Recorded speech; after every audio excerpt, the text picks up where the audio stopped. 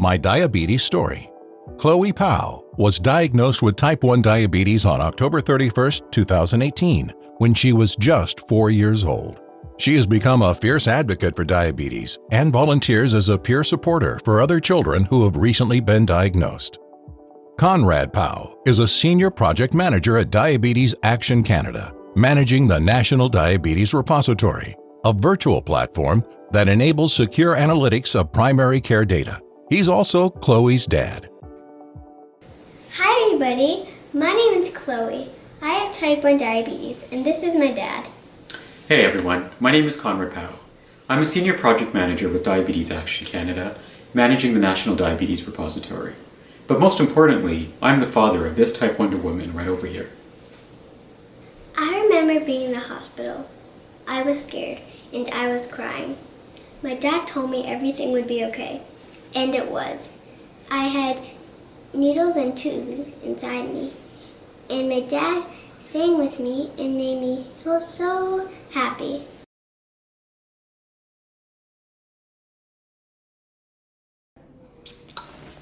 One, two, three. Like a small boat on the ocean, sending big waves in the motion. Like a single world can make your heart open. Going to a mountain supposed to take all those things I didn't say. Rock a bowl this summer rain, I'm screaming out tonight. Can you hear my voice this time? I fight song, prove all my life song. And I don't really care if nobody else believes. I still got a fire left in me. I still got a fire left in me. Till today, that song still gets me anytime. The part where she says, "And I still got a lot of fight left in me," that hits me. I remember going on a conference. I was sitting at the airport lounge on my way to catch a flight to Chicago. And on the PA system, that song came on, the fight song. And there's me, a beer in one hand and a tissue in the other, and I'm sobbing there like a little schoolboy. But it's because that impacted me so much. Till today, that song will get me teared up. Now, our experience at McMaster Children's Hospital in Hamilton was amazing. We had a great endocrinologist working with us, and then we had this amazing care team, nurse practitioner, dietitian, child life worker. They explained everything to us in detail. They let us know exactly what we needed to do. Everything was great up until we left.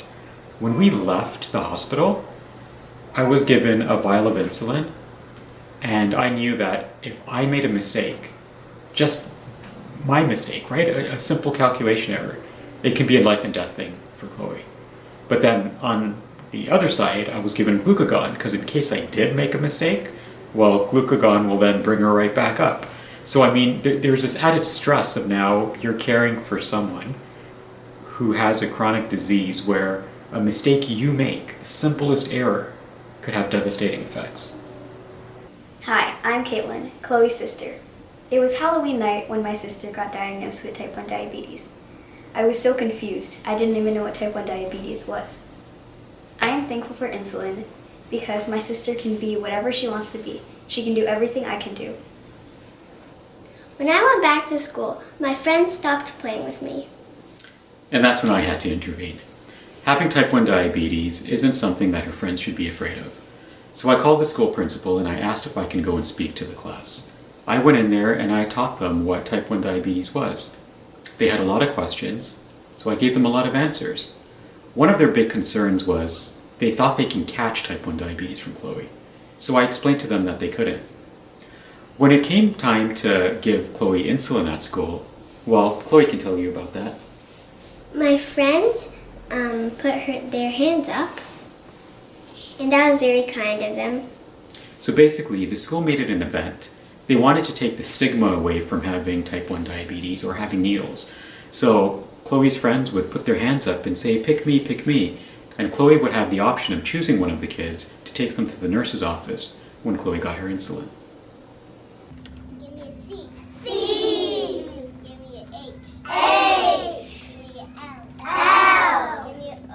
O. Give me E. E. What does that spell? Chloe. Chloe. Chloe. Chloe. I like your poster, Chloe. Shall we read what you've got on the poster?